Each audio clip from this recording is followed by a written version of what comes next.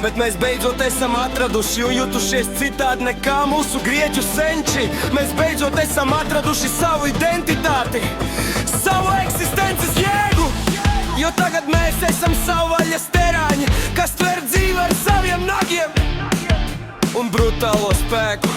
Dzīve pati par sevi ir nežēlīga, un cilvēkiem vajadzētu mācīties no dzīvnieku pasaules, jo arī mēs paši nākam no šīs pašas valstīs.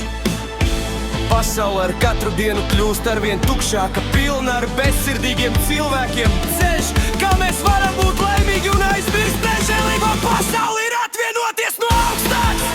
Sausās pasaules un spērt soli, lai sajustu savu dzīvodabu. Cilvēki mūsdienās dzīvo, kā zombiji nebrīvēs. Neesam laimīgi, mēs esam tikai nežēlīgās un absurdas sabiedrības marionetes, kas mūs ir vadījusi līdz šai dienai.